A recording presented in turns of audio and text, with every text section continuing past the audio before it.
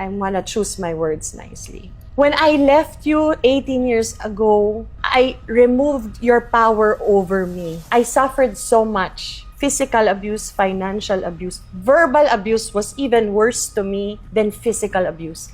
I will take the beating anytime. But his verbal abuse is mura na hindi mo alam kung saan nanggaling ang words and terms. I'll take that all. Ayokong maramdaman ng mga anak ko yun. Hindi na kita iniisip, hindi kita hini-hate all these years. I removed your power over me. Sometimes I apologize to my children that sana bago ko pinakasalan si Dennis And this is my advice to my children and my advice to all the single women. When you choose your future partners, when you have boyfriends na red flag na talaga, isipin mo kung ikaw kaya mo to, he will be the future father of your children. 'Di ba? So you choose well. You choose someone na dapat tinitreat well ka na kasi yan ang magiging tatay ng mga anak mo. Kung may makita ka ng bad temper, mo nang pakasalan. Kasi ang papaluin yan, ang sisigawan yan, ang painful words yan, dun sa magiging anak ninyo. So sometimes I really apologize to my kids kasi sabi ko, I left the marriage. I had the luxury to leave your father. Sila, they're stuck for life. I'm so sorry I chose wrong. But I'll tell you, I will love you enough.